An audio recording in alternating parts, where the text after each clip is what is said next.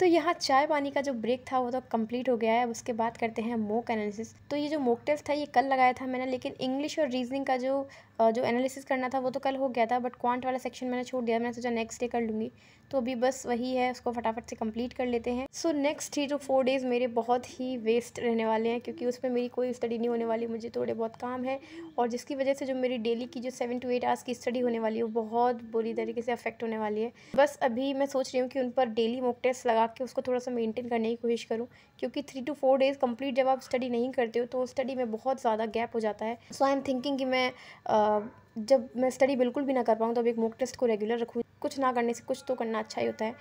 तो हाँ, और ये जो मॉक टेस्ट है ये मैं लगाती हूँ स्मार्ट कीड़ा ऐप से। स्मार्ट कीड़ा की टेस्ट सीरीज़ बहुत ही अच्छी है। उनकी क्वेश्चन क्वालिटी, उनका जो एक्सप्लेनेशन है क्वेश्चन का, ऑल आर वेरी गुड। और इनकी जो टेस्ट सीरीज़ है वो बहुत ही रीजनेबल प्राइस में है। So if you guys want to purchase this test series, then link is given in the description box and also in the comment box. तो link पर जाकर आप उसको परचेज कर सकते हैं। और साथ ही साथ मॉक टेस्ट को लगाना ना भूलें। टाइम पर मॉक टेस्ट अपने देते रहें, भले ही आपकी प्रिपरेशन कितनी भी हुई हो, क्योंकि मॉक टेस्ट लगाना बहुत ही ज़्यादा इंपॉर्टेंट होता है। फर्स्ट सेशन कंप्लीट हुआ, वहीं से शुरू हो चुके हैं मेरे आगे के काम। हालांकि मुझे ज़्यादा कुछ काम नहीं था, क्योंकि मम्मी और बुआ साथ में कर रहे थे, तो मेरा इतना काम में कुछ कंट्रीब्यूशन था नहीं उनके। तो बस यहाँ पे भोग प्रसाद वगैरह सब बनकर तैयार होने लगा था, और साथ ही साथ जो भी खाना वगैरह था वो भी बन गया था। मेरा एक स्पेशल काम था आम के पत्ते तोड़ कर लाने का, जो कि बहुत डिफ़िकल्ट था। सबसे ज़्यादा डिफ़िकल्ट काम मेरा ही था, क्योंकि यार आम का पेड़ कितना बड़ा होता है, फिर वहाँ से पत्ते वग़ैरह, हालाँकि मेरे साथ भाई भी था, तो उसने मेरी हेल्प करी। फिर मेरी आ गई थी बड़ी वाली बुआ, जो कि दिल्ली से आई थी, तो वो सुबह निकली, फिर वो मतलब 10-11 बजे तक पूजा से पहले वो आ चुकी थी। तो अभी यहाँ सभी लोग आ चुके हैं, बस अब सिर्फ़ पंडित जी का वेट करने वाले हैं हम, क्योंकि वो थोड़ा-सा लेट आने वाले हैं, उनकी थोड़ी कुछ वेटिंग चल रही है। यहाँ पे सभी सारे जो भी गेस्ट आने वाले थे वो आ गए थे, और ये थे मेरे बड़े ही कूल फूफा जी। तो बस यहाँ पे मेरी बुआ फिर से आ गई हैं अपनी चाय की ड्यूटी पर। उनको कितना भी मना करो लेकिन वो नहीं मानती हैं काम करने से। तो यहाँ पर दोनों ही सिस्टर बड़े मज़े से चाय को एंजॉय कर रही हैं, क्योंकि थोड़े दिनों बाद मिली हैं वो। और यहाँ पर पापा की बनाई हुई मठरियाँ, स्पेशल जो मठरी होती है वो इनको बड़ी पसंद आती है। तो बस यहाँ पे यही चाय नाश्ता बन रहा है और पंडित जी का वेट हो रहा है। तो थोड़ा टाइम वेट करने के बाद पंडित जी भी आ गए थे और पूजा वगैरह जो थी वो शुरू हो चुकी थी। तो यहाँ पर हम सभी लोग जो हैं वो पूजा में बैठे हुए थे, और थोड़ा-सा टाइम लग गया था, इसलिए जो मेरा लाइब्रेरी सेशन था वो मुझे कंप्लीट करना था, तो फिर मैं थोड़ा-सा लेट गई थी। क्योंकि क्या हुआ था, घर पे भी थोड़ा बहुत काम था, और फिर टाइम पर सब चीज़ें ख़त्म हो गई थी, मतलब पूजा वगैरह सब टाइम पर ख़त्म हो गया था। तो फिर मैं बाद में लाइब्रेरी चली गई थी, क्योंकि फिर पूरा दिन पड़ा हुआ था। मैंने सोचा कि घर पर टाइम वेस्ट करके क्या करना। पूजा ऑलमोस्ट एंडिंग पर ही थी। आरती जो थी वो हो रही थी, और इसके बाद बस लास्ट काम ये था कि सबको खाना खिलाना है, और उसके बाद मैं फ्री थी। हालांकि काम तो मुझे पहले भी कुछ नहीं थे, लेकिन लास्ट काम जो था वो बस खाना खिलाने का था। तो सबको फिर क्या, सब लोग फ्री हो जाते खाना वाना खाने के बाद। और बस इसी काम के बाद फिर मैं चली गई थी लाइब्रेरी, क्योंकि घर पे सब बात वगैरह कर रहे थे, और मेरे मतलब ऐसा मेरा कुछ इंक्लूजन था नहीं उनके बीच में, तो फिर मैं लाइब्रेरी चली गई थी।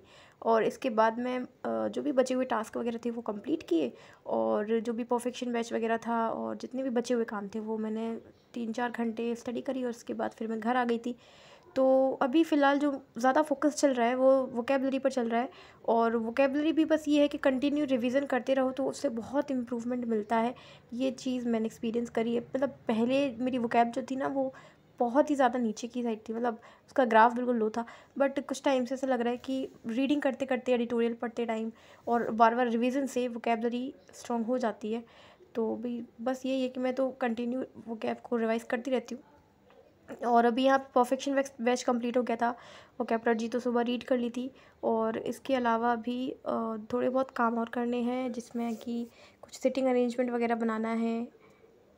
वैसे मैंने सोचा था कि मैं 10 सेट्स बनाऊंगी प्री के पज़ल और सिटिंग अरेंजमेंट का, लेकिन 10 सेट्स का टारगेट था मेरा, बट मैंने बनाए सिर्फ 5 ही थे, क्योंकि अभी सिटिंग अरेंजमेंट में क्या होता है कि मुझ पे एक बार में नहीं बन पाता है। तो फिर मैं क्या करती हूँ, उसको दोबारा से बनाती हूँ, तो वहीं पे थोड़ा सा टाइम जो है वो चला जाता है। लेकिन अभी टाइम है तो इसीलिए इन्वेस्ट कर रहे हैं। सो अभी मैंने सिर्फ 5 ही सेट बनाए हैं, बट नेक्स्ट टारगेट जो रहेगा वो कंप्लीट 10 सेट्स बनाने का रहेगा प्री लेवल के। आज मैंने सिर्फ 5 ही सेट बनाए थे इसके, और एक बार में नहीं बनता तो फिर कट करके दोबारा बनाना पड़ता है। तो हालांकि ये तो सभी करते हैं, लेकिन हाँ, थोड़ी सी शुरुआत में चीज़ों को सीखने में थोड़ी सी मेहनत लगती है। और अभी क्या थ्रेड मेथड वगैरह से थोड़ा सा सीख रही हूँ ना, तो फिर उसमें थोड़ी सी प्रॉब्लम्स हो रही है। जब ये वाला जो सिटिंग अरेंजमेंट था ये गलत हो गया, फिर मैंने नीचे फिर से बनाया इसको, तब जाके थोड़ा बहुत करेक्ट बना। तो फिर बस आज 10 सेट्स तो पूरे नहीं हो पाए, 5 सेट्स ही कंप्लीट हुए, बट नेक्स्ट टारगेट रहेगा कि कंप्लीट 10 सेट्स करें। और इसके बाद में ये सिटिंग अरेंजमेंट वाला स्लॉट भी कंप्लीट हो गया था। Then I made some pre level DI, और लेकिन उससे पहले ब्रेक टाइम, मतलब थोड़ा सा बाहर घूम के आते हैं, थोड़ा बहुत 1-2 राउंड मार के आएंगे, फिर उसके बाद में बनाएंगे प्री लेवल DI। अब बनाएंगे प्री लेवल के DI। हालांकि टारगेट था मेरा 10 सेट्स का, बट बने सिर्फ 5 ही थे। और बस लेकिन नेक्स्ट टाइम कंप्लीट करेंगे पूरा, और इसके बाद फिर